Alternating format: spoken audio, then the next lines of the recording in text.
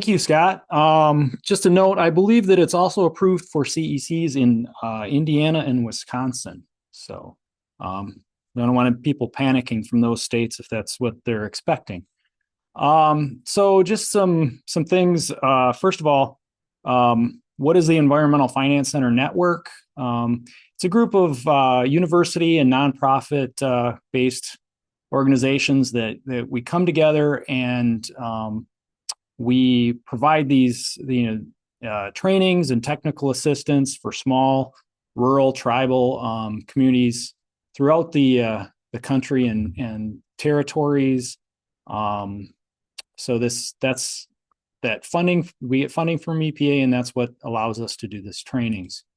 More specifically, what is the Great Lakes Environmental Infrastructure Center? So we are the Environmental Finance Center Network partner from Region 5 of EPA. So we cover the 6 Great Lakes states that you see here. And once again, we do the training. We can do some research. We do technical assistance for small water and wastewater systems in those areas. We also expand beyond, and we can do trainings outside of the area, or other EFCN partners can come in and do trainings in the 6 states as well. All right. There's the information as far as if you have any need to contact us, you want to do a technical assistance request, you'd like to have some help, you can do that. One of the things that I wanted to bring up about this training is that it is basic math. Some of the concepts are going to be basic, and we will get into some more complicated, involved problems. The hope is that the pace of this is slower. It's slow enough that slower for somebody that's new to this type of math, or new to math, maybe new to the industry or trying to get into the industry. So that's the hope. And with this training, I will end up doing some problems, and we have a camera to show me doing problems. And the hope is that that might be a better way for people to take this up, and it'll also keep the pace a little slower. If I were to just go through these slides, the pace would be probably a little too quick for some. So if you're having an issue where it's going too fast, please put that in the chat. If we're going too slow, put it in the chat. Keep in mind that we're trying to meet the needs of a bunch of different people. So we're going to give time for people to work problems, hopefully before I show how to work them.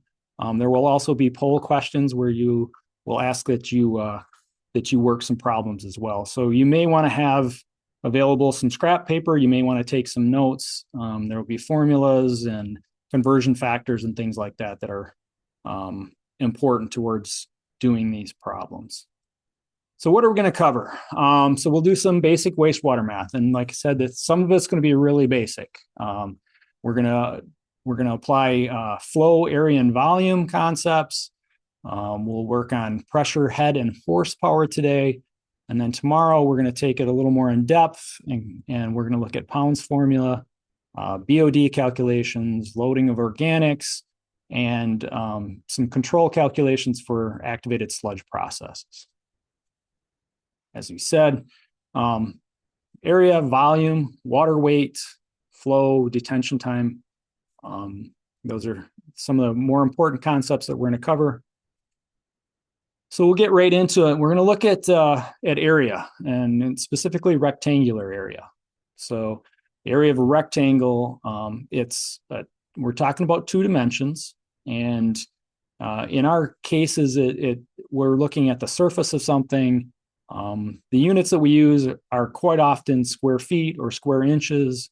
I mean, obviously, we could do things in metric as well.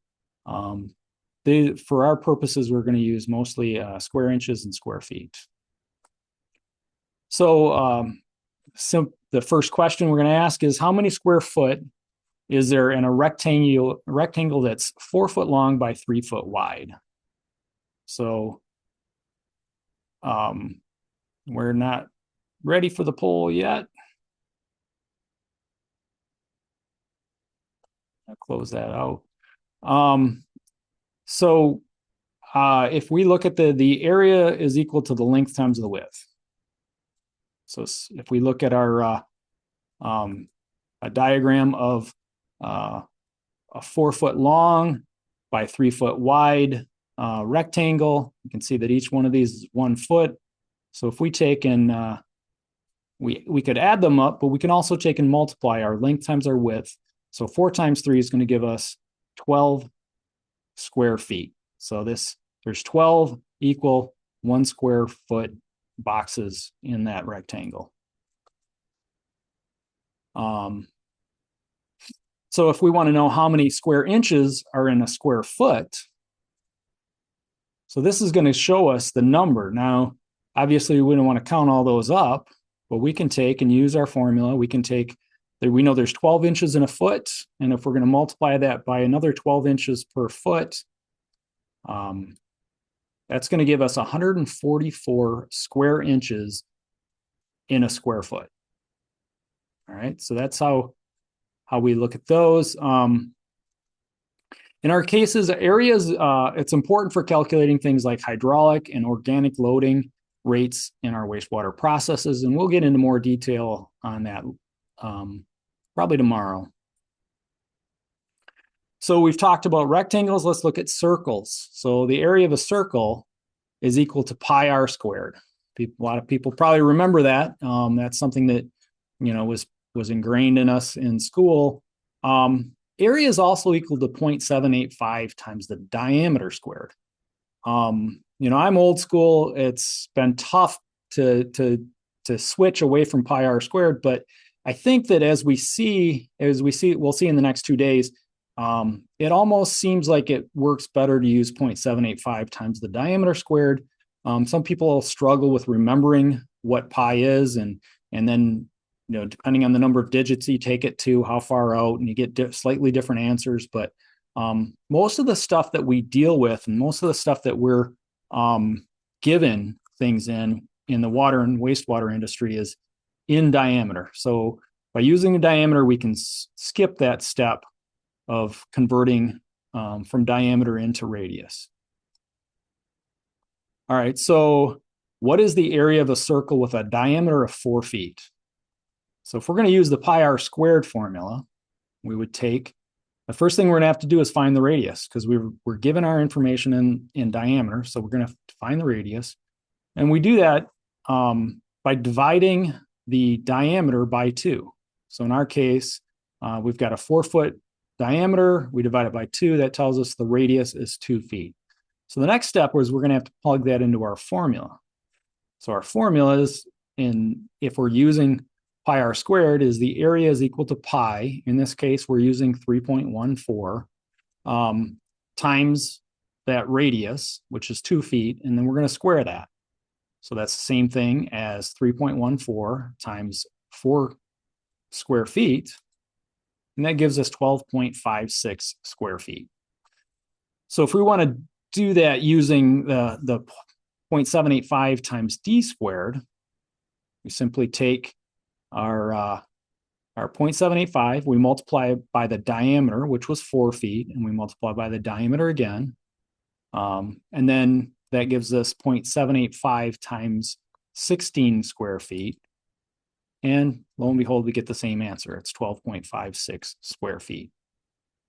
So if you use the pi symbol on your calculator, it's probably going to take it out to several different digits. And so your answer is going to be slightly different. I believe for all of our calculations, or for polls specifically, you're going to find that the answer should be obvious. That difference that you see by carrying digits out or not carrying them really shouldn't make a difference in our answers. And for those taking the exam questions, my experience in taking exams for licenses is that it's you may not get the exact same number, but you're going to get something close, and so it's usually apparent what you're looking for. All right, so the next step is the circumference. So the circumference of a circle is that length around the perimeter or the outside of that circle. So the formula for that is either you can use, if you're using pi times the radius, it's 2 pi r, or the circumference is equal to pi times diameter. And so once again, it's a little simpler if we use diameter in this case. And once again, like I said, we are often given stuff to us in diameters. So we've got an example here. We've got a circular running track with a radius of 840.8 feet. So how far does a person travel when they run completely around the track one time? So we can figure that out. We'll take our circle. All right, so that's the radius in this case. So our circumference is equal to 2 pi r. So 2 times 3.14 times that radius of 840.8 feet gives us 5,280.2 feet.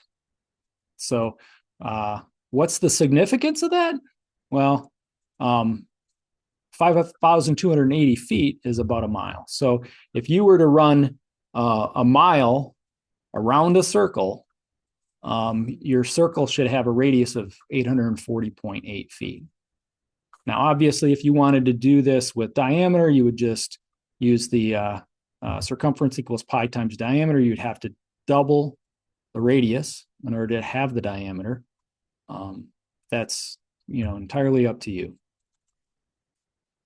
So we're gonna have our first poll question, and the question is calculate the area and circumference. We've got a cylindrical clarifier. It's got a diameter of 60 feet. And it's got a weir on the outside that extends around the circumference. So it goes all the way around the top of that basin. We need to determine the surface area in square feet, and we need to determine the length of the weir or the circumference of the weir in feet as well. So we'll give you guys an opportunity to work on that problem, and then I will show you how I would do that.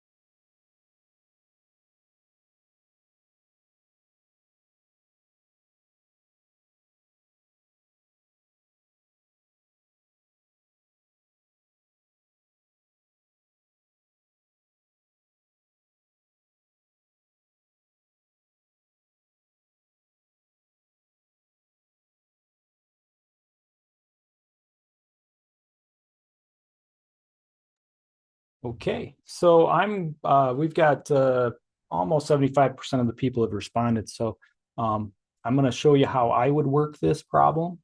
So I'm going to take the area equal to the 0.785 times the diameter squared.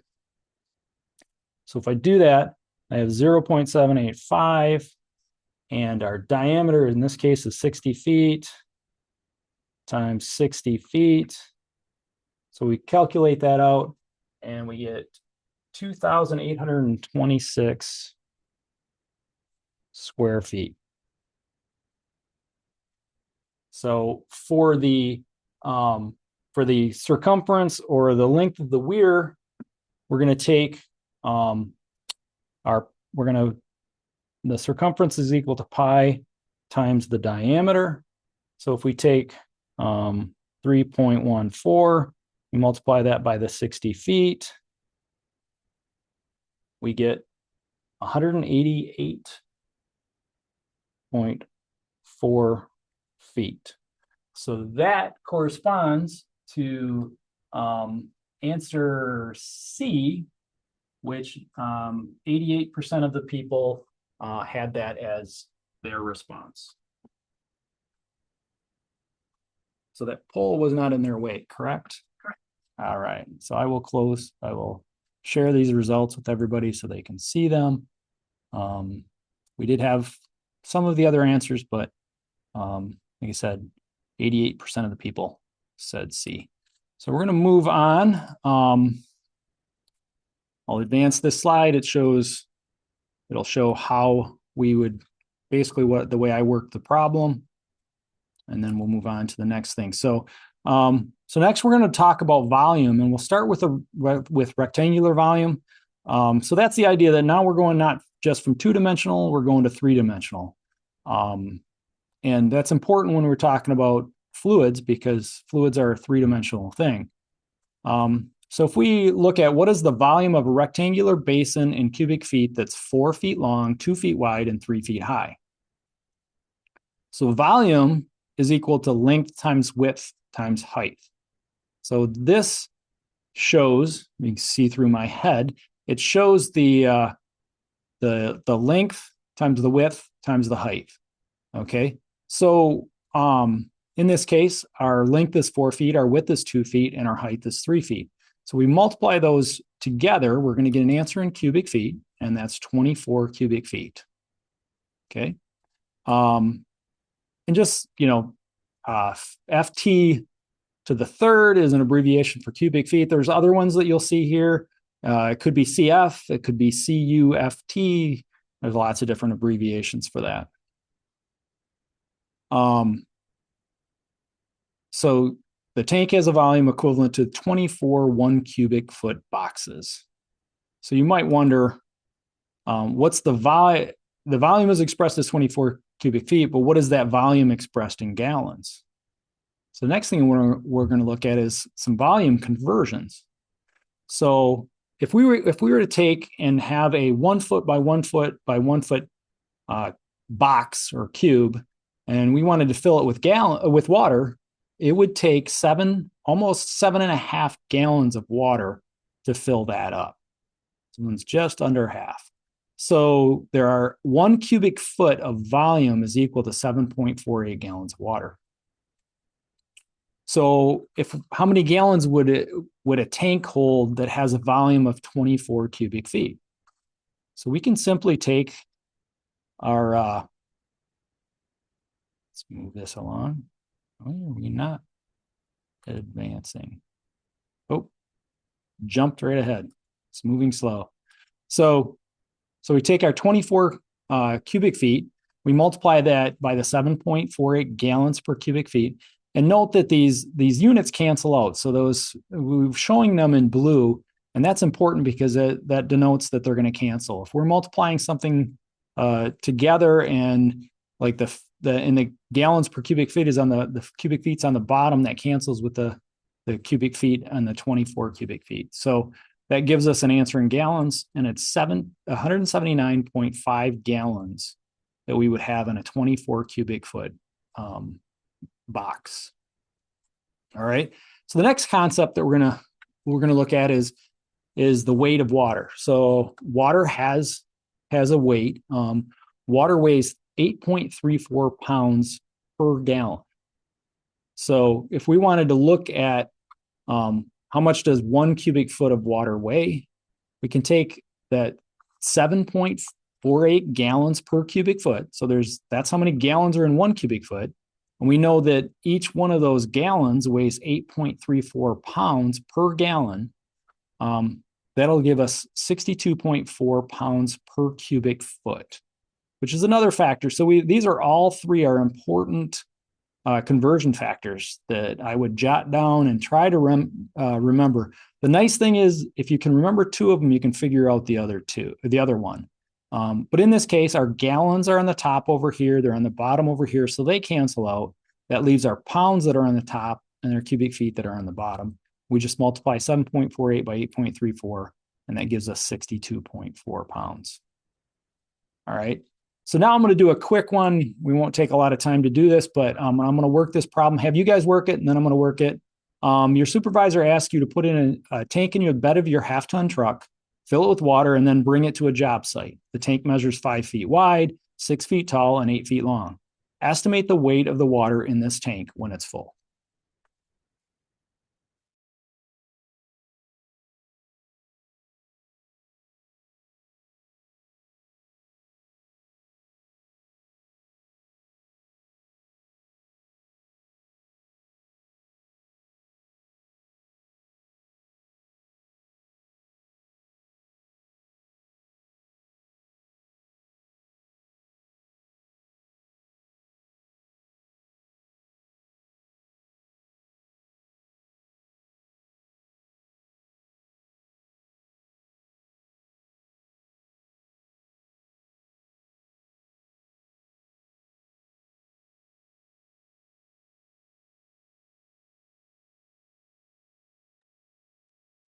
All right. Is it a wise decision for your supervisor to tell you to do this? So if we take this, we're going to take our 5 feet, we're going to multiply that by the 6 feet, and we're going to multiply it by 8 feet. And that's going to give us an answer. Well, I guess then we can take and multiply that by the weight, 62.4 pounds per cubic feet. So our feet are going to cancel out. We're going to have, or excuse me, per cubic feet. Yeah, so the feet will cancel out because there's 3 on the bottom. There's 1, 2, 3. So we simply multiply 5 times 6 times 8 times 62.4, and that'll give us the number of pounds. And when we do that, we come up with 14,972 pounds. So that's almost 7.5 tons. So yeah, apparently your supervisor did not understand what that was going to do to your truck. So we'll show what that is. So as you can see, your truck did not probably survive hauling that water for your supervisor. All right, so we've talked about rectangular volume. Now we're going to look at the volume of the cylinder. And so volume of cylinder, depending on, we can use either of these two formulas. We can use 0.785 times the diameter squared times the height, or we can use pi r squared h. So we're going to look at this. We're going to say, okay, what is the volume of a tank with a diameter of 20 feet and a height of 30 feet in cubic feet and in gallons? So first, we're going to have to figure it out in cubic feet. So the first step is to take, and we'll use the diameter equation. We're going to use 0.785 times 20 times 20. So that takes care of our diameter. And we're going to multiply that by the height of 30. So that's going to give us 9,420 cubic feet in that tank. Now, to convert to gallons, we're going to take that 9,420 cubic feet and we're going to multiply it by one of our conversions, that's 7.48 gallons per cubic feet, and that's going to give us gallons. The cubic feet are going to cancel out, and we're going to be left with 70,461.6 gallons. All right, so now we're coming up on poll number 2, volume calculation. A cylindrical tank with a diameter of 24 feet is filled to a height of 20 feet. How many gallons are in the tank? So remember our formulas, and we'll give you some time to work this one out, and then I'll work it out.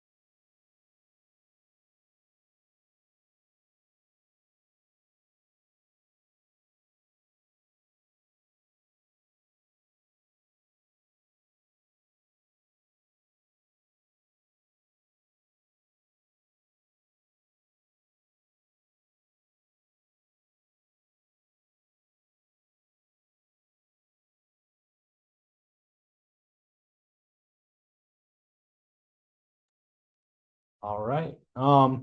So how we're going to work this problem. So I'm going to use the 0.785, and I'm going to take 0.785. I'm going to multiply that by the diameter twice, times 24 foot times 24 foot. Then we got to multiply by the height. And in this case, the height is 20 feet. So we could figure that answer out.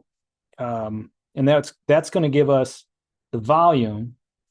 But then we also need to multiply that by our the weight, or the number of gallons in a cubic feet, and that's 7.48 gallons per cubic foot. Our cubic feet are going to cancel with these feet here. We're going to be left with an answer in gallons, and that answer is 67,643 gallons. Okay, so if we go to the poll, I will share the results. So the poll shows that we have 86% of people said that it was 67,643 gallons. All right. So we will close the poll and we will move along. All right. The next concept that we're going to look at is flow rate. All right. So we hear about things in gallons per minute, million gallons a day. There's a lot of cubic feet per second, a lot of different units of flow. But we're going to look at specifically gallons per minute for our calculations, at least this initial one. So we've got a tank, and it's a 5,000 gallon tank. We've got a pump that we use to fill that tank, and it takes 12 minutes for that pump to fill that tank with 5,000 gallons worth of water. What is the output in gallons per minute? Well, it's actually pretty simple. We're going to take that 5,000 gallons that we fill it up with, and we're going to divide that by the 12 minutes that it takes to fill it. And when we do that, we get 416.7 gallons per minute. Okay, so now if we had that same pump and we ran it for an entire day, how much water would it pump? So we're going to take our 416.7 gallons per minute. We can multiply that by, we know there's 60 minutes in an hour, and we know there's 24 hours in a day. And as you can see, the highlights, the green, the hours are going to cancel, the minutes are going to cancel, and we're just left with gallons per day. So we multiply those numbers out, and we get 600,048 gallons per day. So our pump that pumps 416.7 gallons per minute over a day would pump just over 600,000 gallons. Now, there's another conversion you can use if you choose.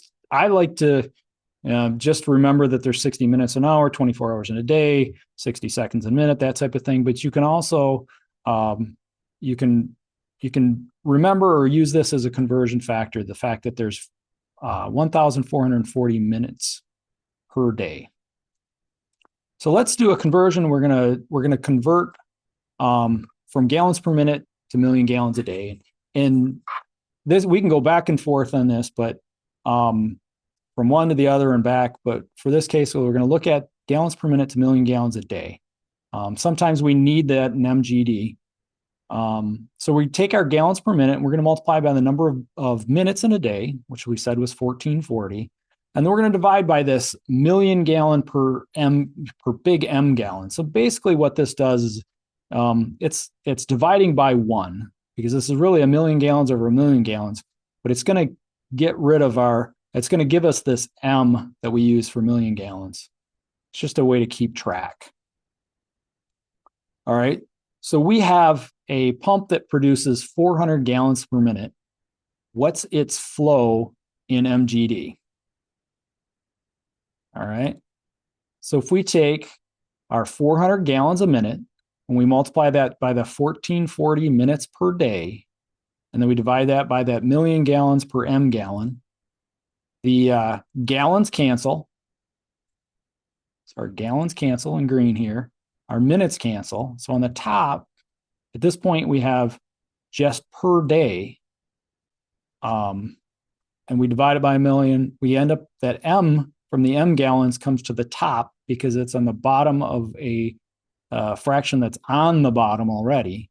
So it ends up being 0.576 MGD. All right. So then if we know, I said we could go back and forth. If we know that we've got a plant that's got a flow in MGD, 1.2 million gallons a day, what's the flow in gallons per minute? We can take that 1.2 MGD, we'll multiply that by 1 million gallons per MG. Our million gallons are going to cancel out. The MGs are going to cancel out. The day is going to cancel out. And we're going to be left with an answer that's in gallons per minute, which is what we were looking for. So it's 833.3 gallons per minute. Okay. So we've talked about volume, area, and flow. Well, we can use those things to determine do some other calculations in the wastewater world. We can look at drawdown tests. We can look at detention time, hydraulic loading. We can do some clarifier math, and we can do calculations involving inflow and infiltration. So we will start to look at those concepts now. First one we're going to look at is the drawdown test. So we're going to use a drawdown test so that we can check how well our pump is functioning. And we do this periodically. We're going to take our pump and we're going to operate it by hand. So we're going to turn it on and off. It's not going to be automatically operated. And we're going to have a known volume of water or wastewater, whatever you want to use. And we're going to see how long it takes for that pump to pump that known volume of water. So you can see we've got an example of a pump station, lift station here. So I said we're going to do it by hand. We've got a volume of water. A gallon of water is equal to, in volume, is 0.785 times the diameter squared times the height times 7.48 gallons per cubic feet. We're going to look at diameter. We're going to look at this. How much does the height of that water drop? We've got a diameter. We'll figure out how much it drops in a given amount of time. The gallons pumped divided by the time in minutes is the actual gallons per minute that pumps. So pumps, are designed to pump a certain amount, but through time, wear, they don't typically pump as much as what they used to. So this is important for us to figure out, what it's actually pumping. All right, so we're going to do a drawdown calculation. We've got a lift station with a 6-foot diameter well. We've got a pump that's operated on hand for 90 seconds, and the water level is going to be lowered by 20 inches. We want to be able to determine the flow rate in gallons per minute. Why are we not advancing very slowly?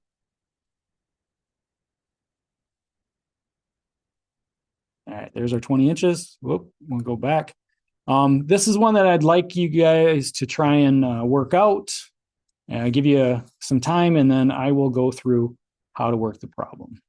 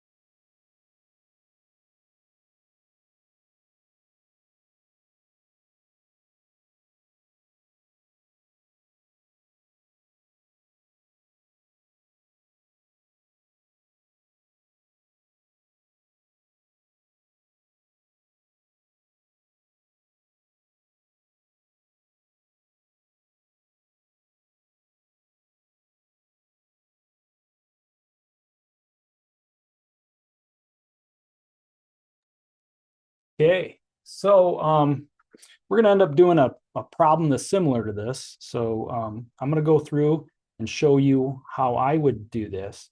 There's a couple of different things. We have unit issues. So we can either convert from inches to feet first, or we can convert from seconds to minutes first. because we're going to need to do both of those before we can do our problem. So if we look to convert our 20 inches to feet, so we're going to take our 20 inches, we're going to multiply that by 1 foot per 12 inches. So our inches are going to cancel out, and that's going to give us an answer of 1.6 feet. Now, convert from our 90 seconds that we had here into minutes. We're going to take 90 seconds, and we know that there's 60 seconds in 1 minute. So excuse me, I got to flip those over. I'm doing that. We have to flip this equation over. Wrong way. It's always nice to know that to put our units in here, because in this case, it caught me from making a mistake. So we divide 90 by 60, we get 1.5 minutes. Okay. So that makes sense. Everybody understands that. So next we want to determine the volume that we pumped in gallons. So we're going to take our 0.785. We multiply that by the diameter of 6 foot times the diameter of 6 foot times the height. And the water level went down 20 inches, which is 1.67 feet. And then we need to multiply that by our conversion from cubic feet to gallons, which is 7.48 gallons per cubic feet. We do that, our feet are going to cancel out. We've got 3 of those. That's cubed. And we're going to get an answer that's just in gallons. We do that, and we get 353 gallons. So that's how much water we pumped. And then we're going to take our 353 gallons, and we're going to divide that by the number of minutes that it took, which is 1.5 minutes. And that should give us 253.6 gallons per minute. All right. So keep in mind that I give you a little heads up. The next poll question is going to be very similar to this. So that's the process that we're going to need to go through for the poll question. So let's see if this will advance for me. So that is a solution to the problem, basically the same thing that I did.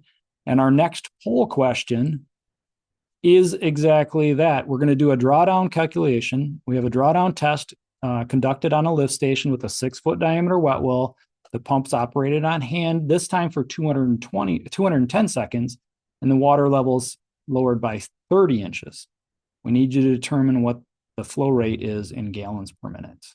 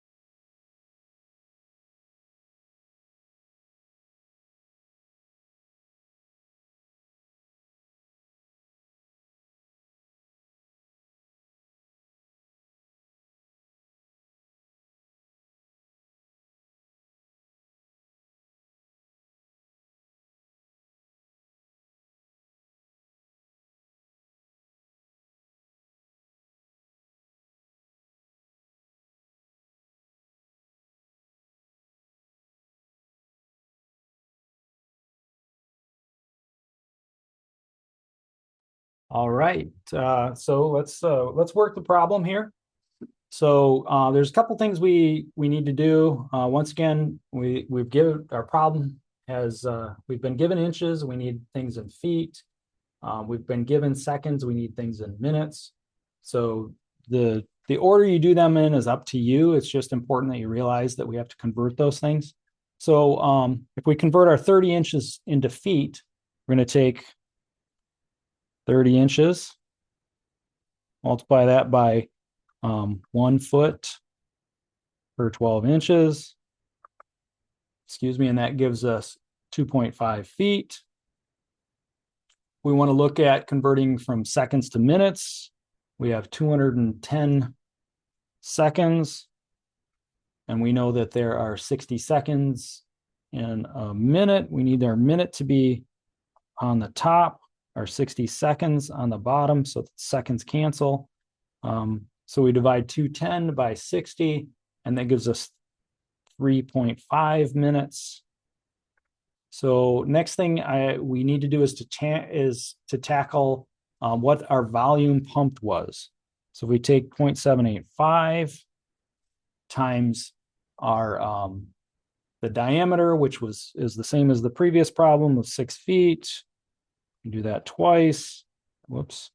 And then we're going to multiply by the amount of drawdown that we had, which is 2.5 feet from right here.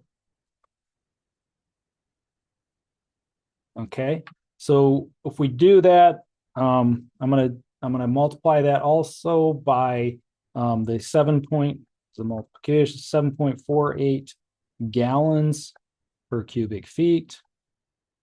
Our cubic feet cancel. We're going to be left with 528.5 gallons. 528.5. Oh, by the way, I apologize. I transposed some numbers on the previous one. I don't think I mentioned that, but yeah, a lot of people caught me. Good job. So the next thing we're going to do, this is in gallons. We're going to take our 528.5 gallons. We're going to divide that by our 3.5 minutes.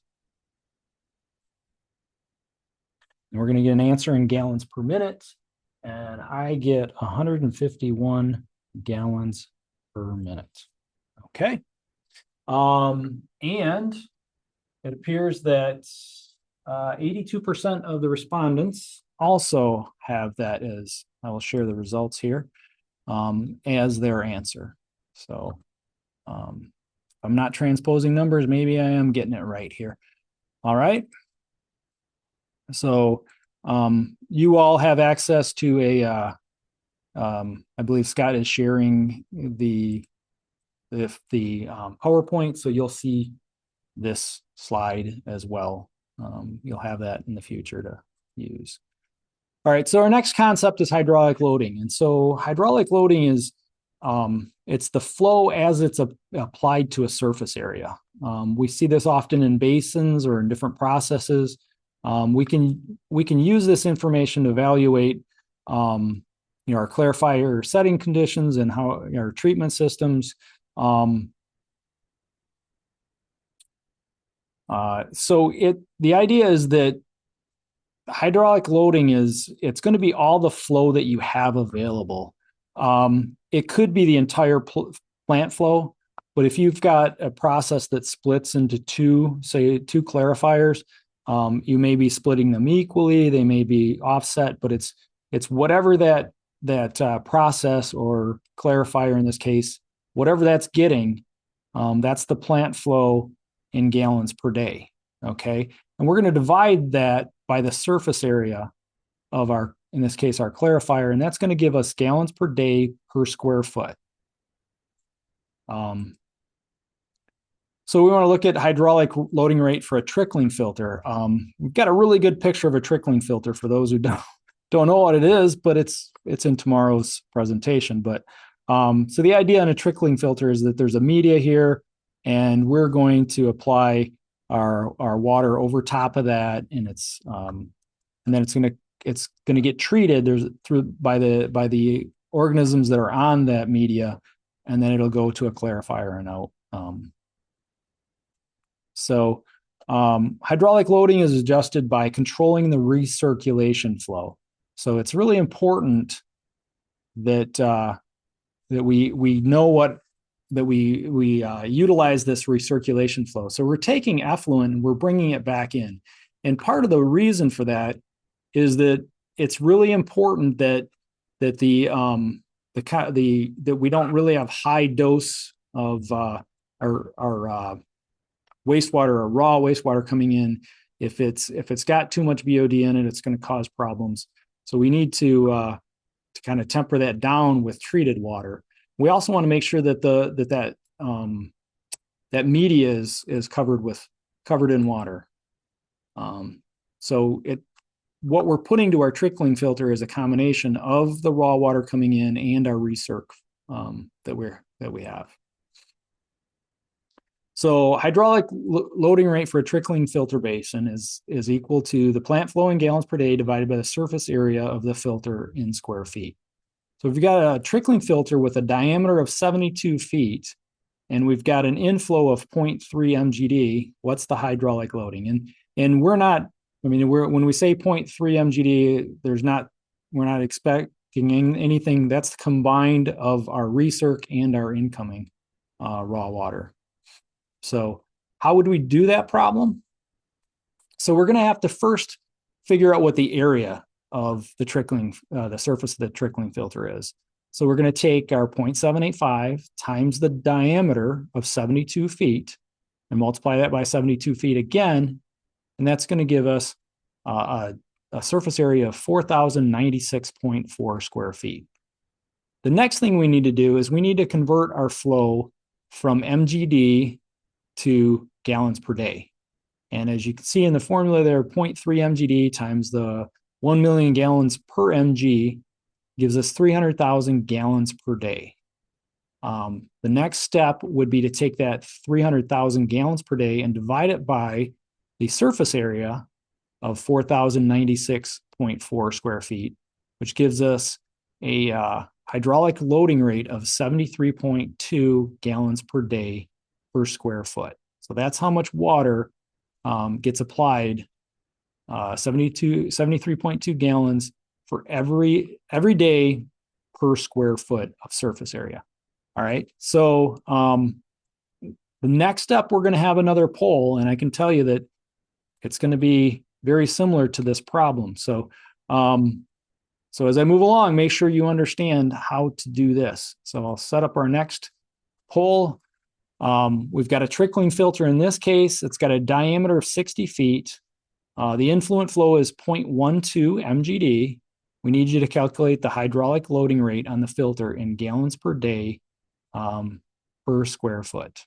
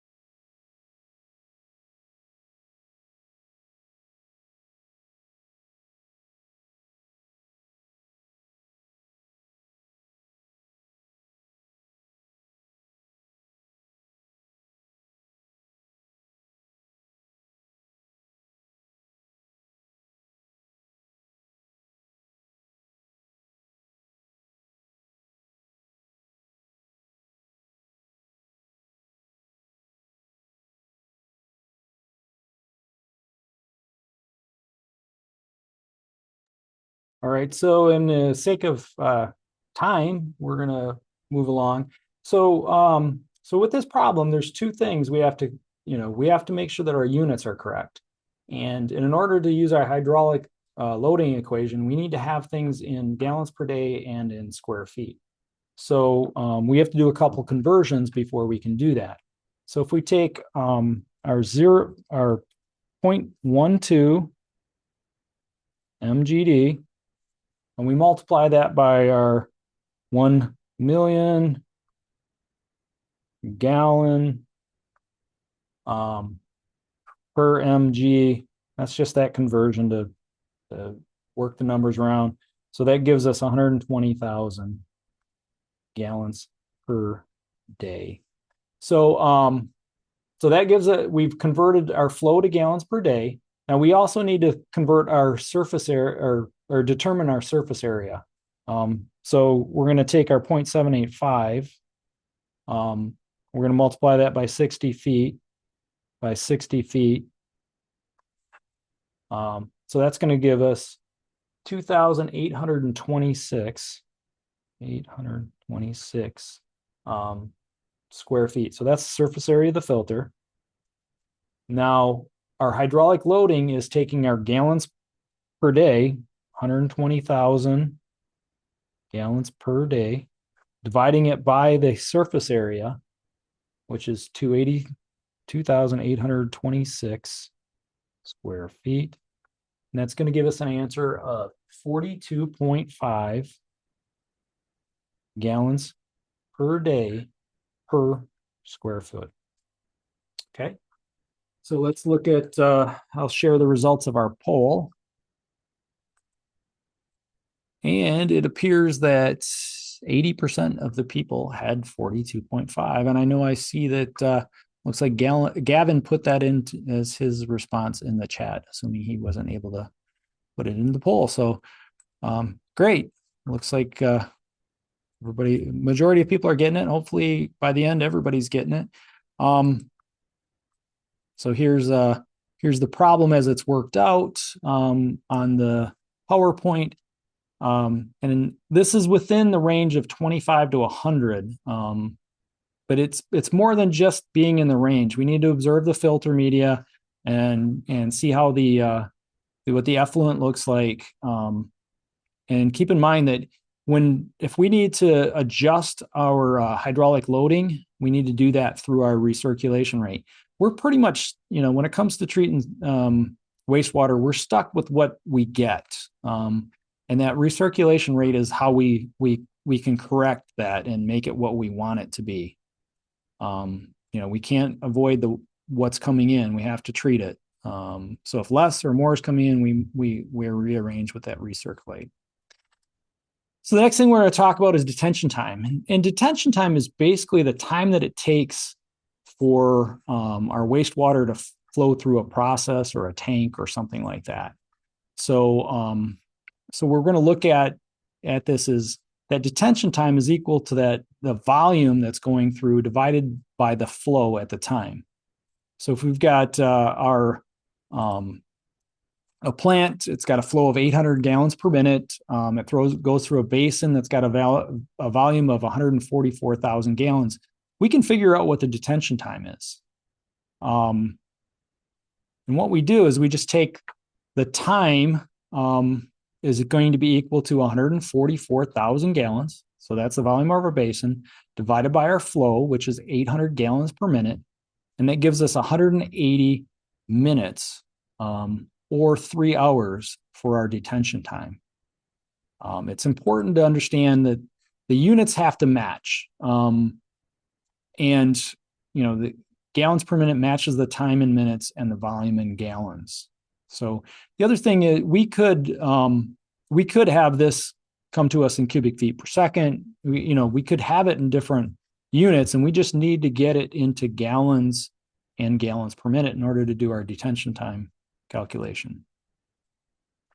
All right, so we've talked about clarifiers and what are clarifiers. It's important that we understand that before we move on with some of our other math work. And so clarifiers are they're large, and they allow the flow to slow down so that the solids are able to settle out. Now, primary clarifiers are different than secondary clarifiers. Primary clarifiers, what we're doing is removing those settable solids from our influent. And those would be the total suspended solids, the BOD. So that's what we're looking to take out. Anything that isn't settable, they continue on to the secondary treatment process. And so secondary treatment, we look at, we settled and removed that biomass, those microbial cells that grew when the BOD was consumed. And the biomass is settled and returned to the aeration tank in the form of activated sludge. So we have different parameters that are optimal for operating primary clarifiers, and so these are some of the different parameters. And if we're looking at detention time, it's our volume divided by our flow, and that ensures that we have enough time to settle out the solids that we need to settle without that going septic. So typical operating range for detention time is 2 to 3 hours. Our weir overflow rate, that's another thing. Typically, we're looking at 10,000 to 20,000 gallons a day per lineal foot of weir. And the problems can arise with that if those velocities are too high. We can carry solids over, and this calculation kind of gives us an idea, lets us know what our overflow rate is. So we need to know, maybe we need to adjust our recirc to add more or take some out of our flows. And then that's determined by dividing the flow by the weir length. And then the surface loading, as we talked about, that the parameters for that we look at is between 300 and 1,200 gallons per day per square foot of clarifier surface area. So that's that makes sure that it's slow enough that the smaller particles have a chance to settle, and that's determined by our flow divided by our area. Now we want to look at the efficiencies for primary clarifier removal. Some of the things that are important are that the suspended solids will be removed. 40 to 60% of suspended solids get removed. The BOD, it's 20 to 50%. So we're not taking everything out in the primary clarifiers, and obviously that's these are the beginning, but there's more processes that need to go on afterwards. So BOD and total suspended solid tests can be performed before and after a primary clarifier to see how efficient they actually are. Things like I&I, when we're can overload clarifiers. We're getting too much; it just blows everything through. Temperature can affect the efficiency of settling because colder water tends to be denser, which affects how they settle out. And then if you've got different types of solids, if you got issues with septicity, things that happen out, if you've got a septic collection system, that can also affect how efficient clarifiers work. So some clarifier math examples. The next 3 examples, we're going to evaluate the performance of a primary clarifier with a diameter of 65 feet, a depth of 12 feet, and a flow rate of 1,900 gallons per minute. So our detention time is ideally, as we said, it's 2 to 3 hours, and that's how long does the wastewater remain in the tank. The weir overflow rate, preferably between 10 and 20,000 gallons per day per foot. What's the outfall rate of the weir? Will excessive velocity at the outlet cause solids to flow into the effluent? What's the surface loading rate? Is it between 300 and 1,200 gallons per day per square foot? Ideally, is loading too high to allow for the smallest particles? They don't have time to settle. So in our example, we said we have that. So So let's look at detention time. So we've got our cylindrical primary clarifier. It's got a diameter of 65 feet and a depth of 12 feet. The plant has a flow of 1,900 gallons per minute. What is the detention time in hours? So first, we need to determine what the volume is. So we'll take our 0.785 times 65, which is the diameter, times the diameter again, multiply that by the height of it of 12, and then multiply by the number of gallons in a cubic feet, which is 7.48. Cubic feet cancel out, and that gives us 297,700 gallons. That's our volume. Now, as we said, detention time is taking that volume and dividing it by the number of gallons per minute to give us the number of minutes that the water is in that clarifier. So we take 297,700 gallons, we divide that by 1,900 GPM, and that gives us 156.7 minutes. That 167 or 156.7, if we divide that by 60 minutes in an hour, that'll give us the number of hours. In this case, that's 2.6 hours. So that detention time is within the 2 to 3 hours, which is good. But what might happen if the wastewater flows increase in the future? We're kind of at the top of our at the top of that 2 point of the 3. We're close to 3 hours. So if the flows increase, that's going to reduce the amount of detention time. So hopefully we would be in a good position because we have room for that to happen. All right, so the next one we are going to do is the second one is the weir overflow rate. So the weir overflow is equal to flow in gallons per day divided by the length of the weir in feet. And we've got the same information, the same clarifier, 65-foot diameter, 1,900 gallons per minute. What is the overflow rate in gallons per day per foot?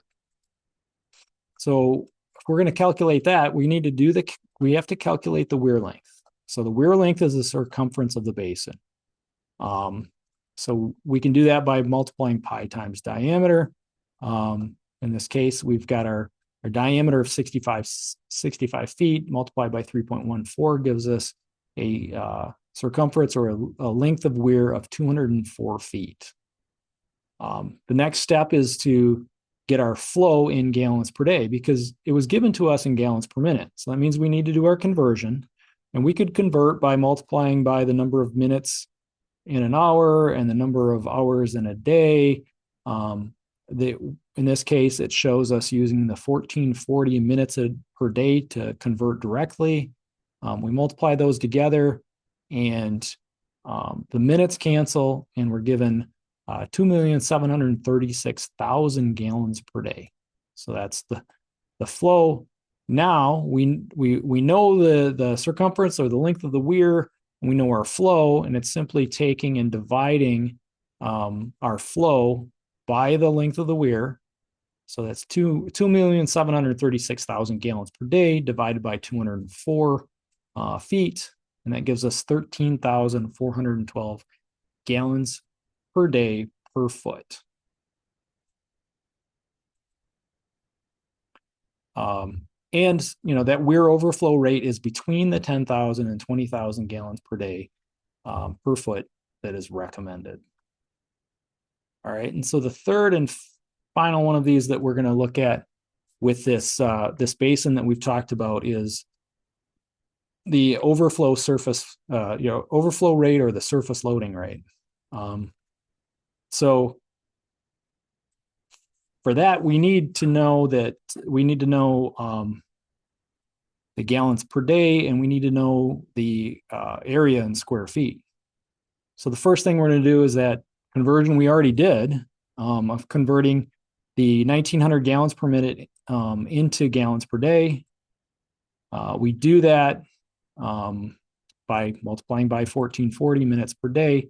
That gives us 2,736,000 gallons per day, which we had calculated earlier. The area is our 0.785 times the diameter. gives us 3,316.6 square feet.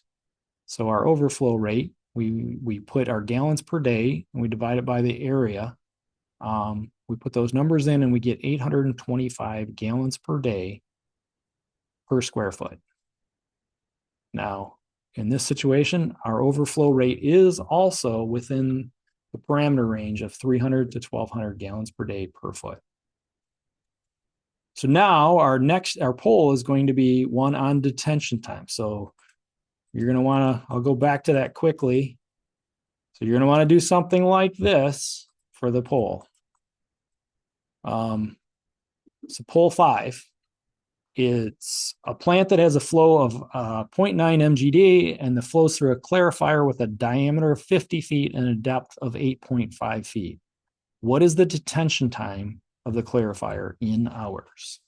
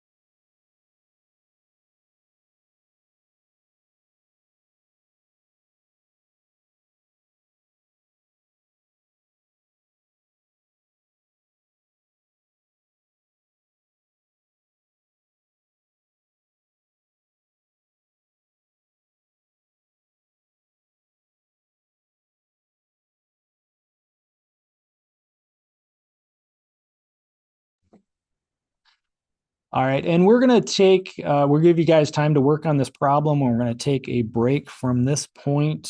We'll take a 10-minute break and we'll come back at, it'll be 2:30 Eastern time.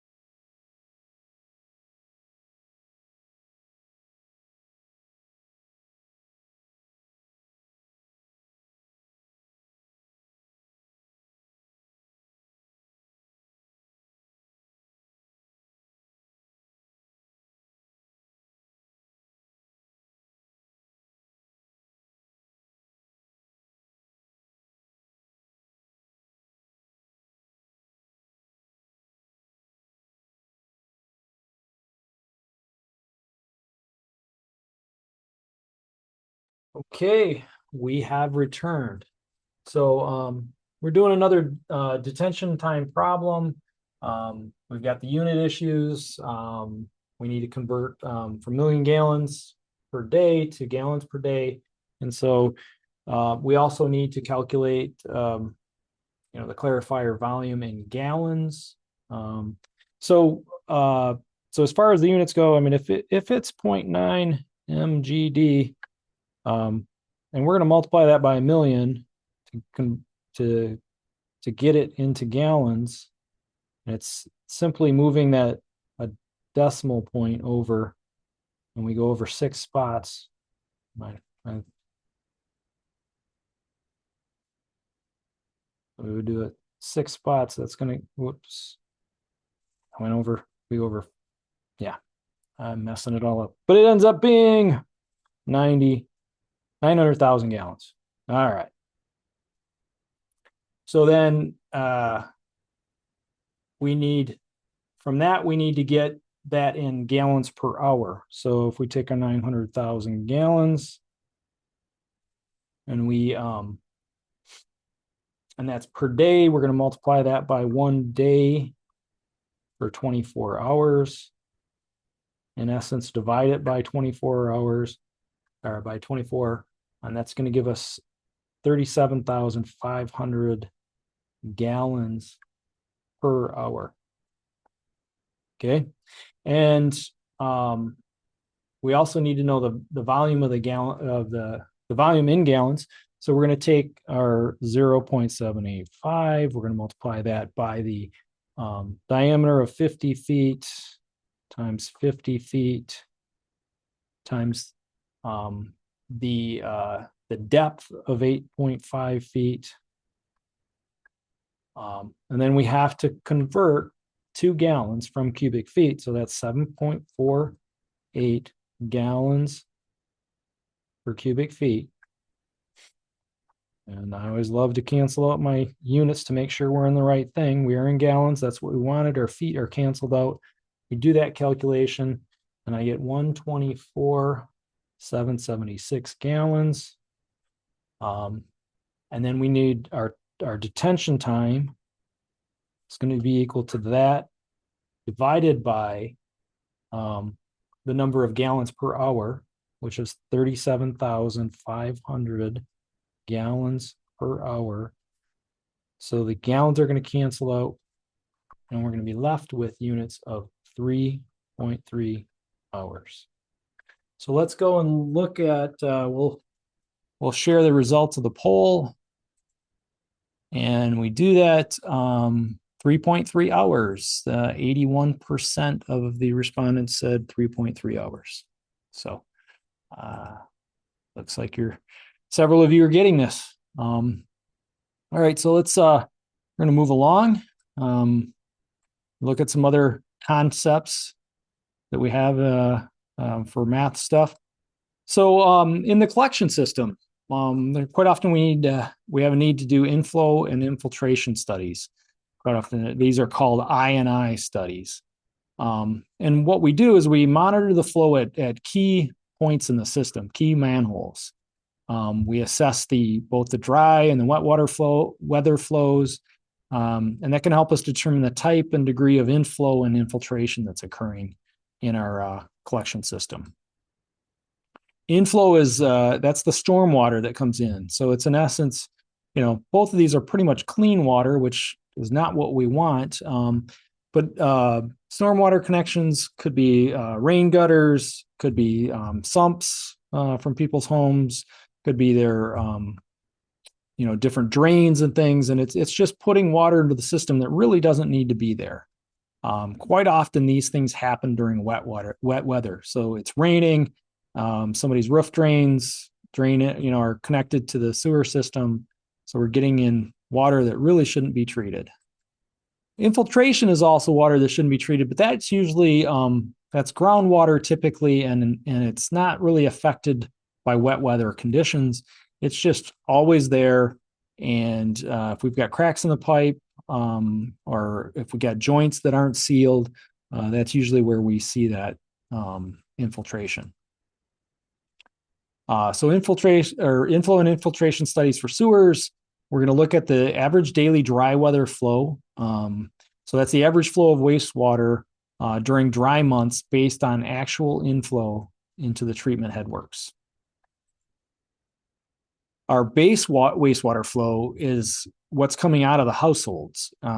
We can base that on metering, flow to the indoor plumbing. That's if you've got it's difficult if you don't have a municipal water system, because usually we get that information from water usage from our water meters.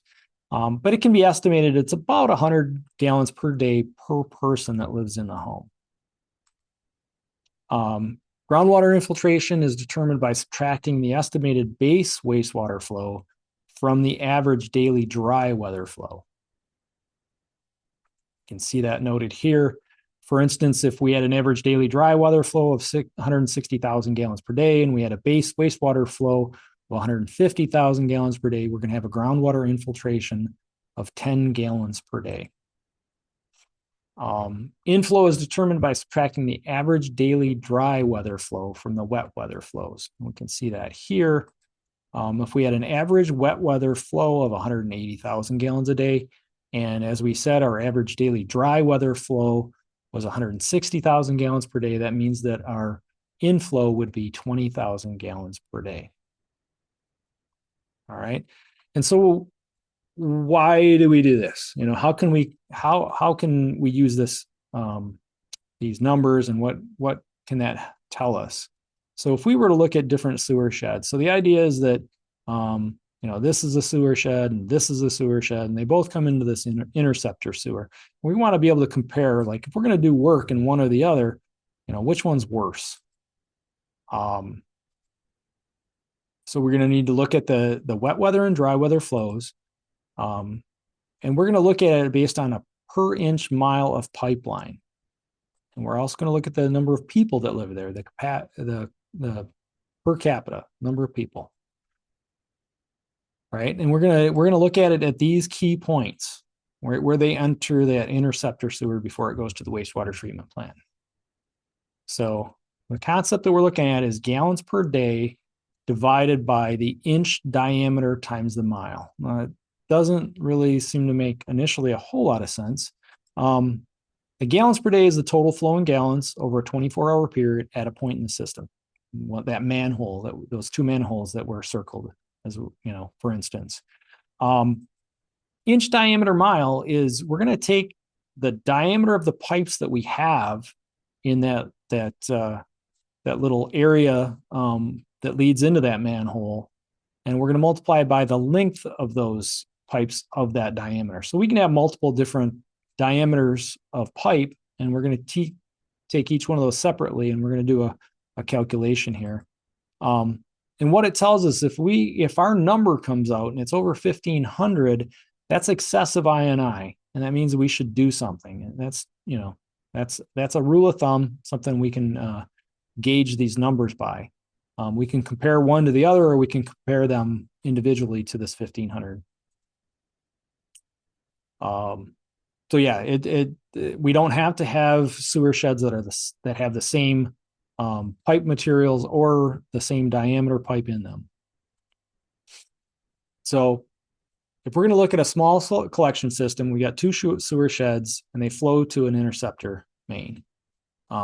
Which one would be more of a priority for us to do additional inspection or rehabilitation to? So we look at sewer shed 1, it's a concrete sewer. There's 4 miles of 8-inch pipe. There's 2 miles of 12-inch pipe. There's a mile of 15-inch pipe within sewer shed 1. And we know that from our metering, at the average flow in that sewer shed is 251,000 gallons per day. Now we've got a sewer shed 2, and it's a clay sewer system. It's got 5 miles of 8-inch pipe, 2 miles of 10-inch pipe, 4 miles of 12-inch pipe, and it's got 3 miles of 15-inch pipe. The average flow in that one is 352,000 gallons per day. So, what we're going to do is we're going to calculate the total inch diameter miles. And so we're going to multiply in the first sewer shed, we're going to multiply the number of 8-inch miles, which is 8-inch times miles, 12-inch times the number of miles, the amount of 15-inch. We're going to multiply those all together, and we're going to come up with a total of 71 inch miles.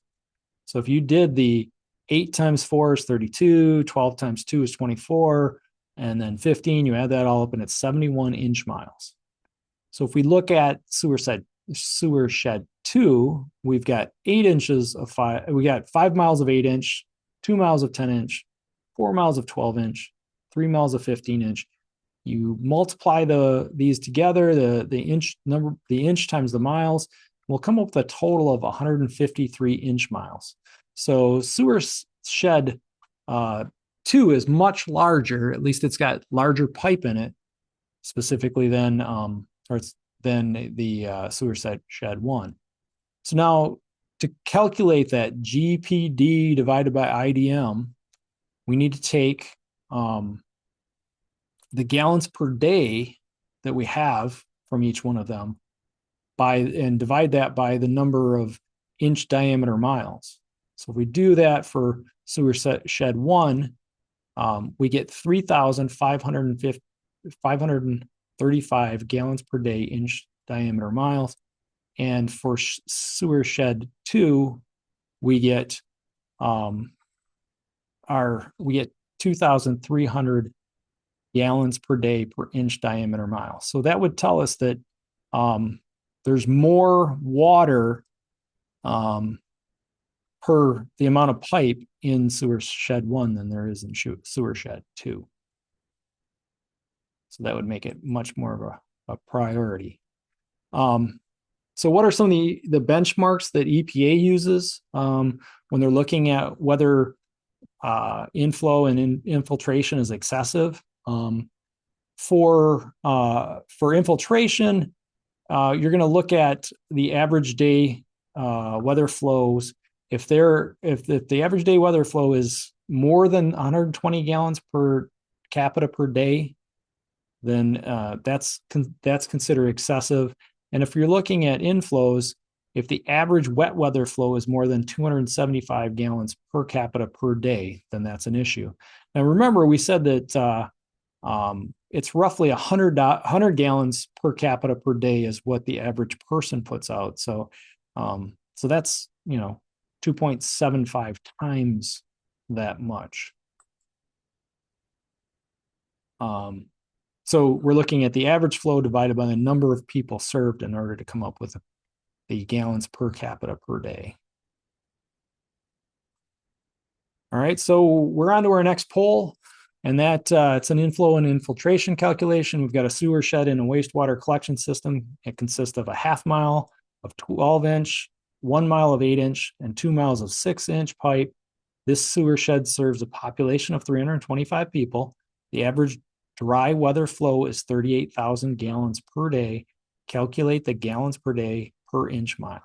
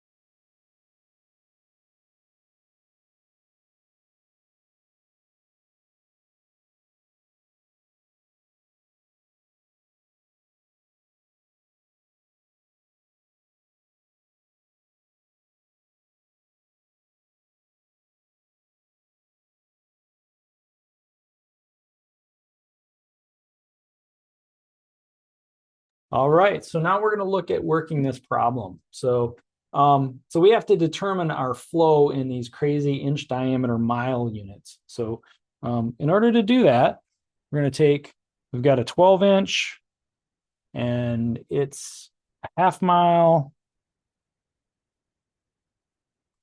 And then we've got an 8-inch and 8-inch, and that's 1 mile. And we're going to add that to a 6-inch that's 2 miles long. So we do all those and we calculate that out, and it gives us 26-inch miles. Okay. Now, fortunately, they gave us our flow in gallons per day, so there's no conversion. So we're going to take our flow of 38,000 gallons per day, and we're going to divide that. That'd be easier if I wrote that day up here, per day, so that we can take and divide that by our 26-inch miles. Sorry for my the way I've written this. So 38,000 divided by 26 gives us 1,461.5 gallons per day per inch mile. Crazy units. So we need to know what our per capita flow is as well. I mean, that's an important thing. And so we can figure that out by taking the 38,000 gallons per day, divide it by the 325 people that are served by this.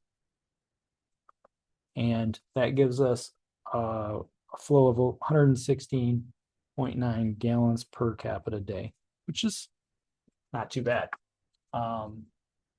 So let's see what everybody got. It looks like well, first of all, I will share the results.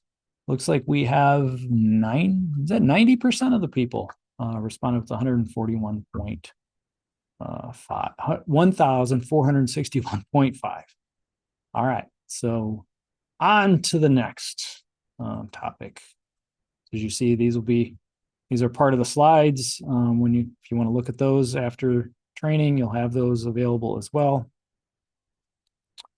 The inch diameter mile calculation shows a result of less than 1,500 per inch mile, and the per capita calculation shows a result that's less than 120, indicating that infiltration is not excessive. All right, so we've got a few more things to handle today. Pressure head and horsepower, pressure and head relationships, total head calcs. We're going to talk about horsepower for water and motors, wire to water efficiency, and pumping cost and efficiency. Let's jump right into pressure and head relationships. A water column that's 2.31 feet in height exerts a pressure at the base of 1 psi. Okay, so that's important. 1 psi is equivalent to 2.31 feet, and that's another important conversion that we should know for as water or wastewater operators. So a pressure of 1 psi can lift water 2.31 feet. A pressure of 2 psi, conversely, could lift water 4.62 feet. So 2 psi times 2.31 feet per psi equals 4.62 feet. Now that distance that it lifts it is considered elevation head. So if we've got this 1 psi of water, it's going to lift it up this column 2.31 feet. All right. So if you want to look at pressure from water tank, in this example, we've got a water tank that's up on a hill. It's filled to a depth of 20 feet. and it's 100 foot above a transmission main. So we can use these equations to figure out what the pressure is in PSI in the transmission main. So in the transmission main would be down here at the bottom. So in order to do that, we need to figure out the total water column, the elevation head. So that's going to be the 20 feet. So it's from the top of the water to that transmission main. So it's the 20 feet plus the 100 feet. So it gives us 120 feet. Now, if we want to convert that to PSI, we want to know what the PSI is. We're going to take 120 feet. We're going to multiply that by 1 PSI per every 2.31 feet. And that's going to give us 51.9 PSI. So we're going to have 120 feet of head, but that's equivalent to 51.9 PSI. So there's different types of head. We talk about head. There's 4 different types, but really we're only concerned with 3 of them. So we've got the elevation head. That's how far water is lifted. We got the pressure head. That's the pressure in PSI of the water when it reaches its destination.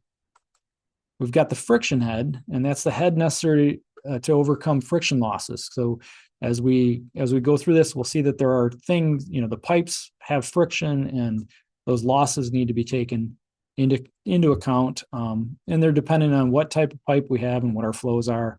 And then 4th one is velocity head. For most of what we do, it's really not important. It's negligible. The numbers are so much less than things like the pressure head and the elevation head that it's not worth typically our time in calculating that out.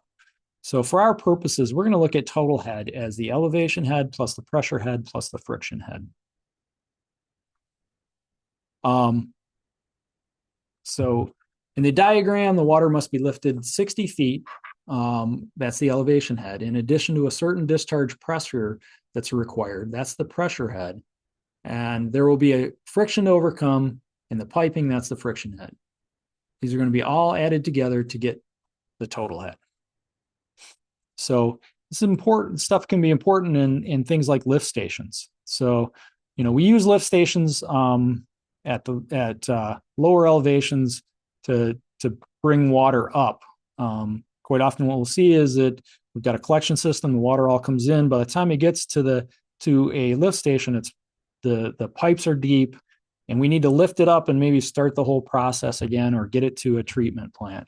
So these are just some of the components of a lift station. Quite often we'll see that there's, they have submersible pumps installed in that wet well. That's the area where the water comes in and then it's able to be pumped on. As I said, we've got, our wastewater is pumped to a higher elevation to restore gravity flow. So we get it up from this low elevation high to get it to flow down. We can use gravity to help us out again. But that pump needs to deliver enough power to overcome, those things. Friction, it's got to provide the lift. We need sufficient pressure, flow, velocity. Here's, we'll show a couple more examples of different types of lift stations. This one's got a centrifugal pump. There's several components that are involved with these things, and we're just keying in on a few of the different things. In this case, we've got a gravity sewer that comes into our wet well that fills up. It gets up to a certain point. We got it, and then the pump kicks on. There's the pump. In this case, it's in a separate building from, it's walled off from the wet well. So then the water gets pumped up, goes through, and it goes out to a force main in this example. In this example here, we've got a vertical turbine pump, which is up here at the top. We've got a wet well, and the sewage comes in from the gravity sewer. It gets up to an elevation that causes the pump to kick on. The sewage goes up through the pump and out to the force main. In this case, the pump is above the wet well, and the piping goes down into the wet well. We've got the pump bowl with the impeller that's down at the bottom. So friction head, when we're pumping, we lose energy when we're pumping it as it travels through the pipe. There's friction inside the pipe. There's different pipes. As you can imagine, a concrete or cement pipe might cause more friction than you would have with a PVC pipe or something like that. Each one of them is different, and we also have turbulence in there that's proportional to the flow rate. So the higher the flow, the more turbulence we're going to see. So all these things we have to consider when we're talking about how much head we have. And our friction loss is measured as feet of head per 100 foot of pipe. We've got tables. There's tables made for just about any size and type of pipe out there. We can look to those when we're trying to figure out what these numbers are. There's also fittings that can affect, and cause friction. And the way we handle that is we just basically give a certain number of feet per 100 feet. We give that as if it were pipe. We basically take these different fittings and we add them on, and we'll see as we go through this process. It'll hopefully make a little bit more sense.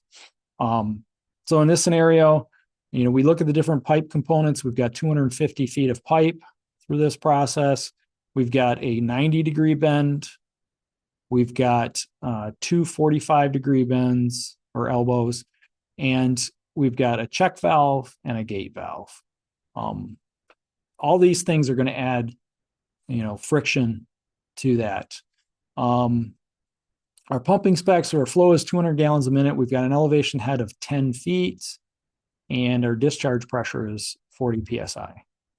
The first step is to determine the rate of head loss for a 4-inch PVC pipe at a flow of 200 gallons per minute. So we have a table for that. So we don't have to create it. There's a table. So if you can see, this is friction loss per 100 feet of plastic pipe. We've got our different diameters. We've got our different flows. All we have to do is match it up. So in this case, we're going to look at our 200 gallons per minute flow. We're going to take that over to our schedule 80 4-inch PVC. And where those two align up, that's going to tell us how much our losses in per 100 foot is, how many feet we lose per 100 foot. So in this case, that number is 2.75. This slide will help. It's going to help in a little more detail. It shows we've pulled that portion out. We've got the gallons per minute of 200. We got 2.75 feet per 100 feet of pipe for 4-inch schedule 80 PVC. All right, so the next thing that we're gonna look at is where we know we have 250 feet of pipe, but we also have those different fittings that add to that length. So we're going to calculate the head losses due to those fittings. And so we look at another table, and this table has got it's friction factors for pipe fittings in terms of equivalent feet of straight pipe.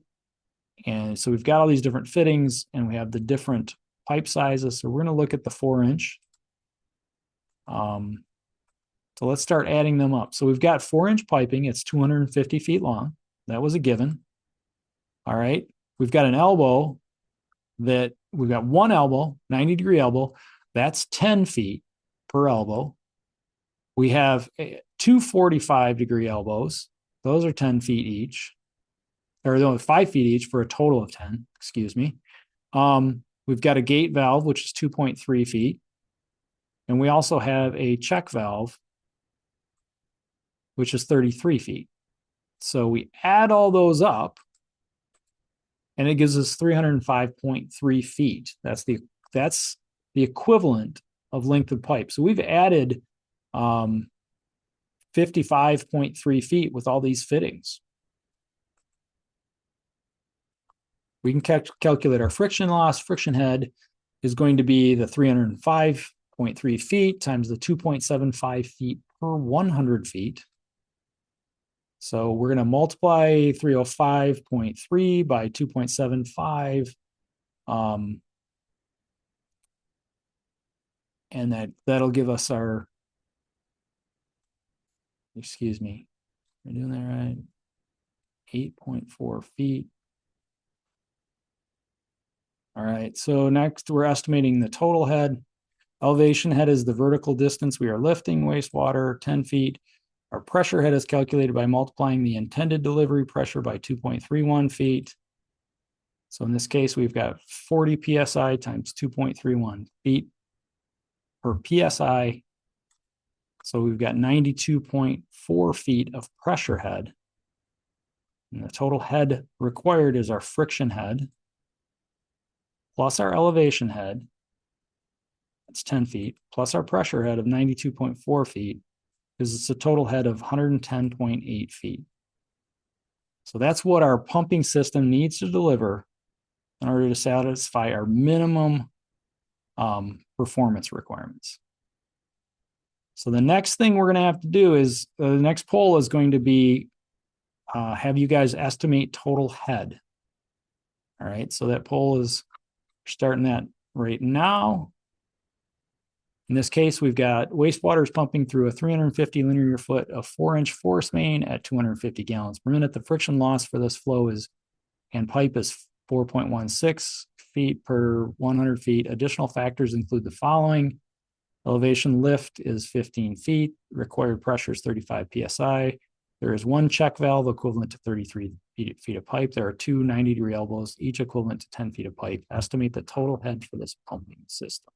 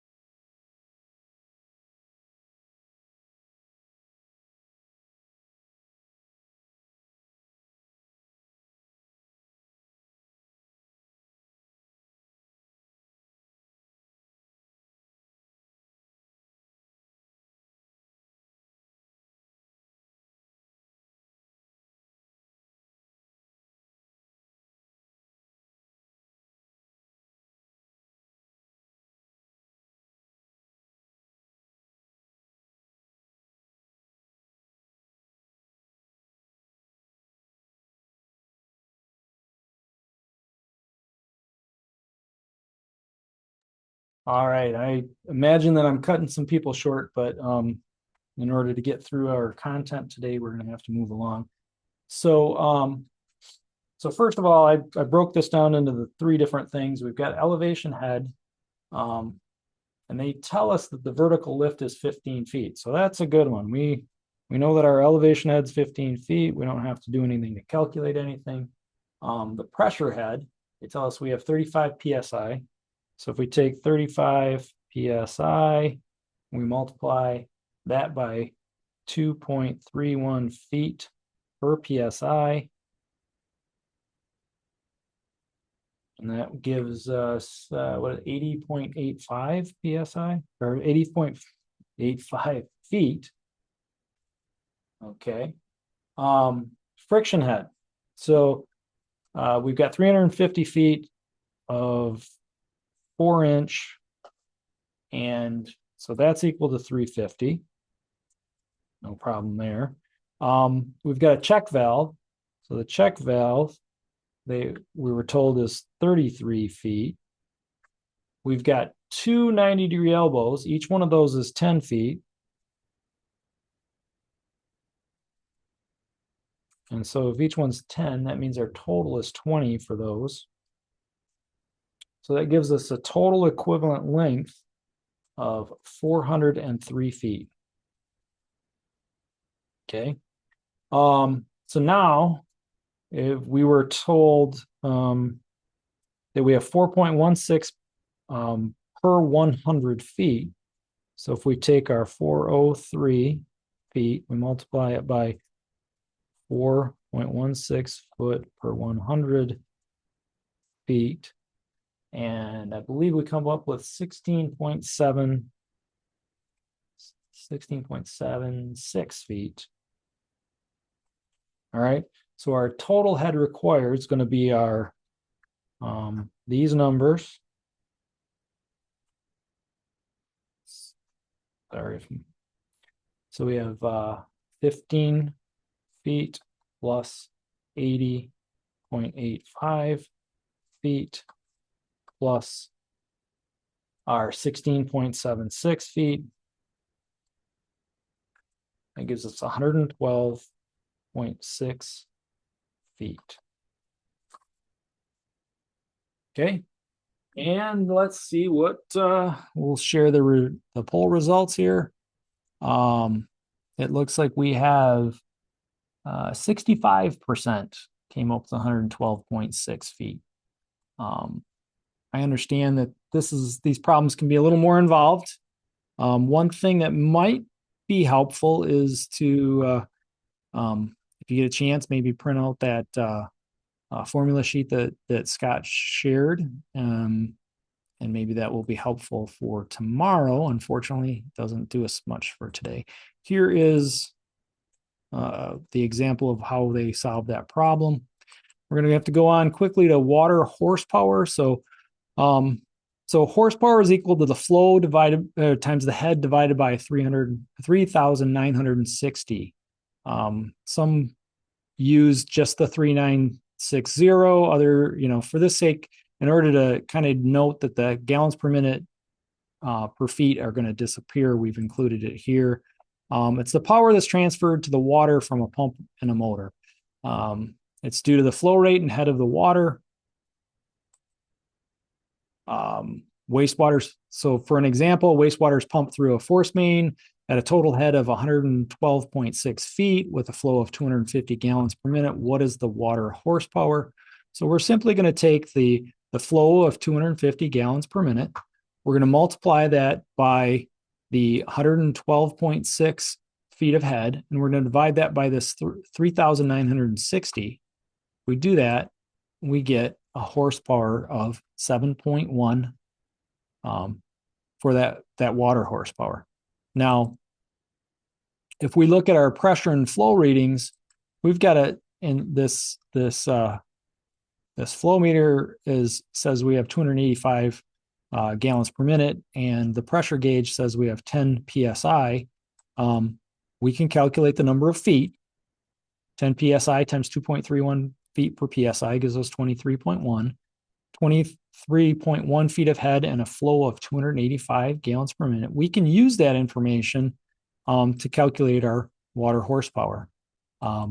We do that by taking our 23.1 feet, multiply that by 285 gallons per minute, divide it by this 3,960, and that gives us 1.66 horsepower. Now, motor horsepower is a little different. So that motor horsepower accounts for the efficiency of the pump and the motor. So we're going to take that same formula and we're going to take into account the efficiency of the pump and the motor. Now, what is the required motor horsepower for a pump that produces a flow of 250 gallons per minute at a total head of 112.6 feet if the motor efficiency is 95% and the pump efficiency is 90%? So we simply plug those numbers in. Horsepower is equal to 250 gallons per minute times 112.6 feet divided by 3,960 multiplied by the efficiency of the pump as a decimal and the efficiency of the motor as a decimal. We do that and we get 8.3 horsepower.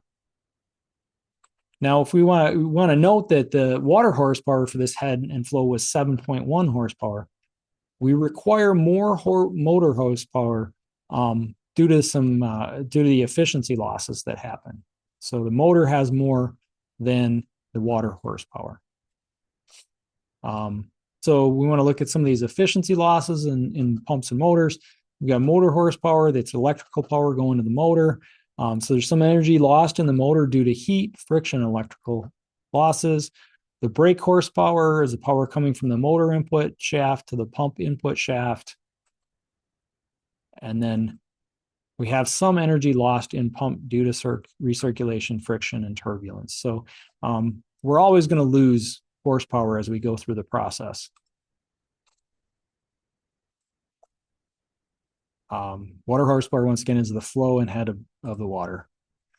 So now what does this mean? We can use this stuff in determining, if we know horsepower, we can determine the cost of pumping. And that's important. Some of the most significant costs at treatment plants are the electrical costs. So we can convert motor horsepower into kilowatts using a conversion factor of 0.746 kilowatts per horsepower, or 1 horsepower is equal to 0.746 kilowatts. So we want to convert 8.3 horsepower to kilowatts. We take our 8.34 horsepowers, we multiply by our 7.46 kilowatts per horsepower. Our horsepower units are going to cancel and we're going to get 6.2 kilowatts. Now, if we take our number of kilowatts and we multiply that by the number of hours of runtime, that gives us kilowatt hours. And then if you know how much a kilowatt hour costs, you can estimate what your pumping costs are.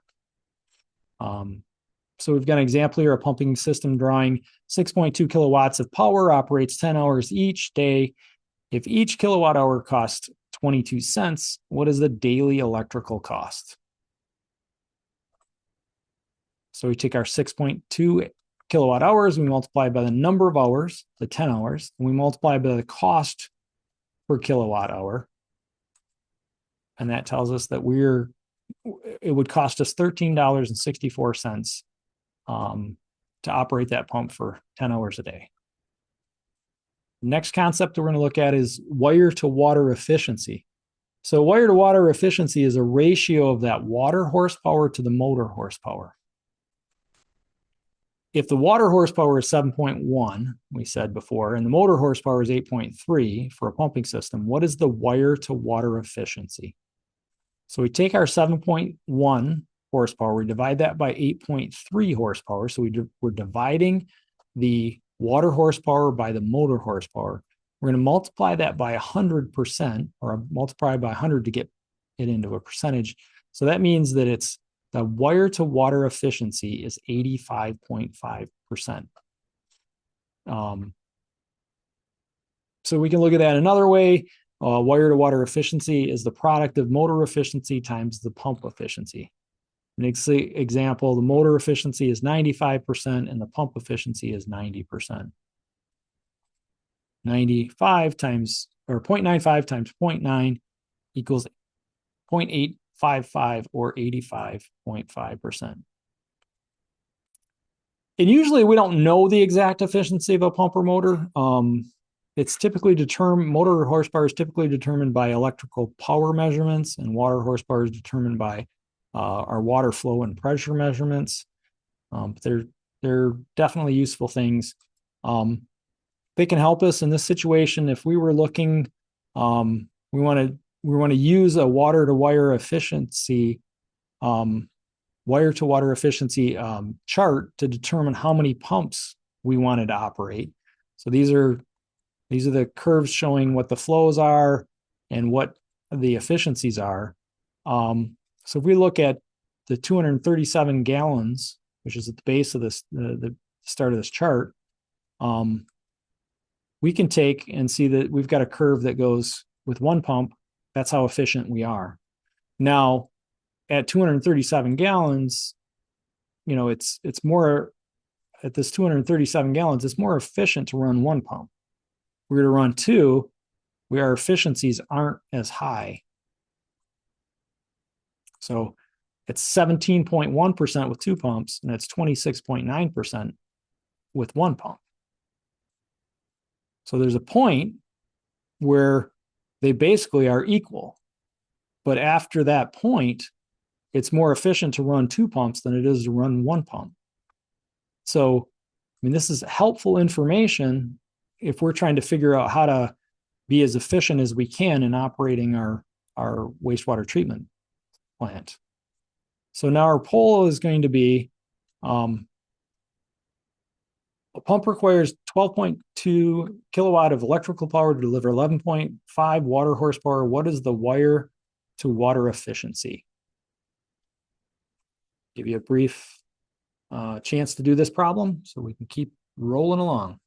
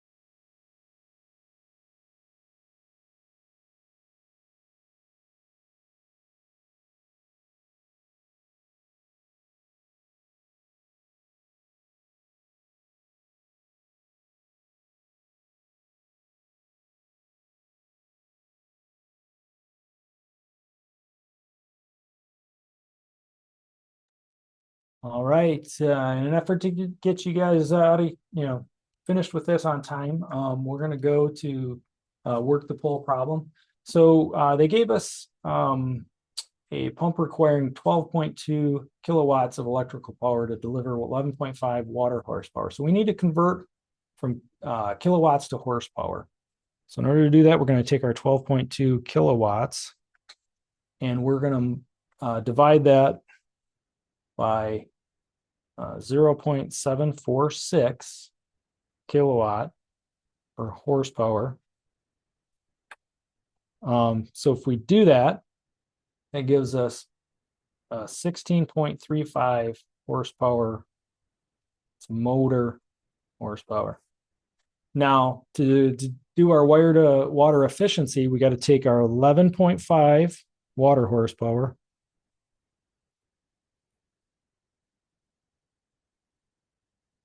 and we're going to divide that by our 16.35 motor horsepower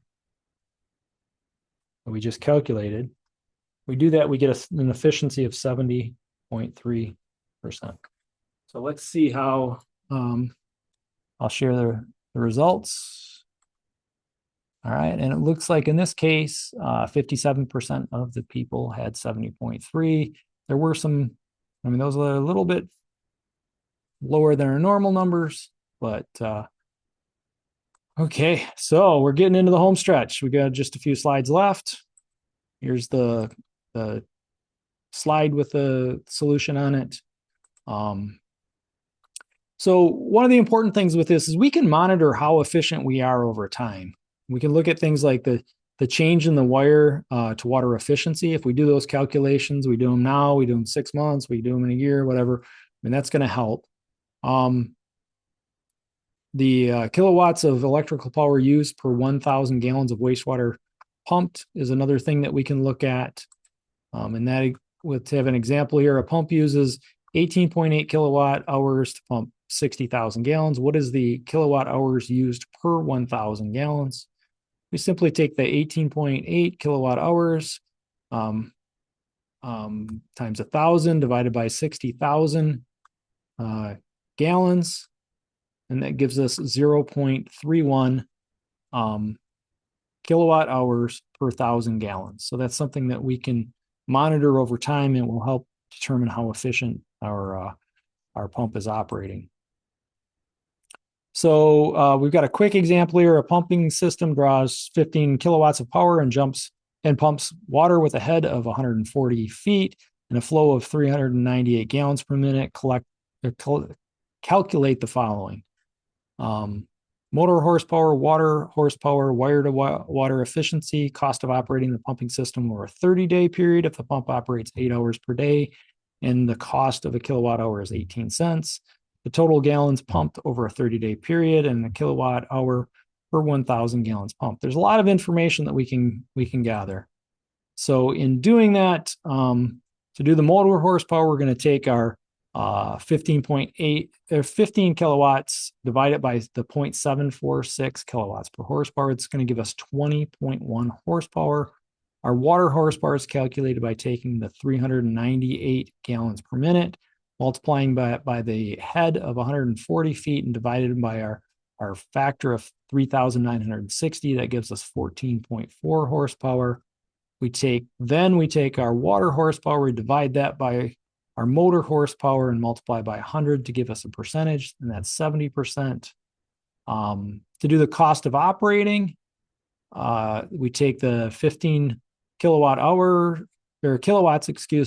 multiply that by the 8 hours per day, times 30 days in a month, in the 30-day time frame, multiply it by the cost of a kilowatt hour of 18 cents.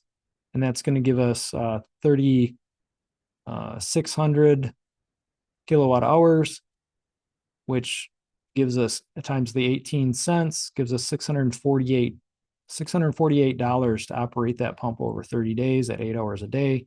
The total gallons pumped, we're going to take the 398 gallons per minute times 60 minutes an hour, 8 hours a day, 30 days. We do those calculations, the days cancel. the hours cancel, the minutes cancel, and we're just left with gallons, and it's 5,731,200 gallons. So we're going to use that number, and we're going to divide the 3,600 kilowatt hours right here times 1,000. Divide that by 5,731,200 gallons. That gives us a 0.628 kilowatts per 100 gallons. So that's what the cost is per 100 or per 1,000 gallons to pump our water. So what we covered today: basic wastewater math, volume, area, and flow, pressure, head, and horsepower. We've got these three main takeaways. And that pretty much concludes our presentation for today.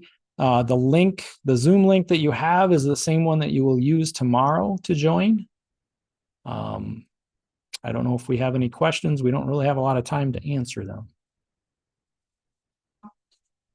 No questions at this time? All right. Well, I appreciate you all being here. And it's the same, yes. So it will start at 1 p.m. Eastern time tomorrow.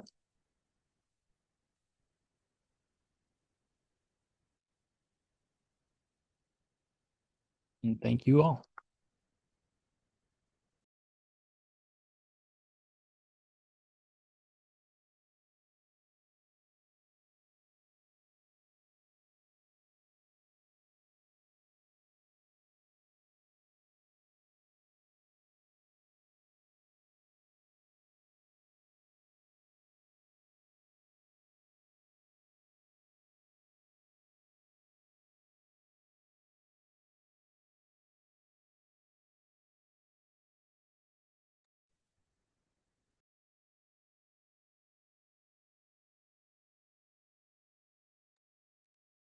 Well, thank you everyone for attending. I'm going to shut the room down here in a few seconds. Again, we'll be using the same Zoom link tomorrow as we did for today, same time as well. So thanks again, and we will see everybody here tomorrow.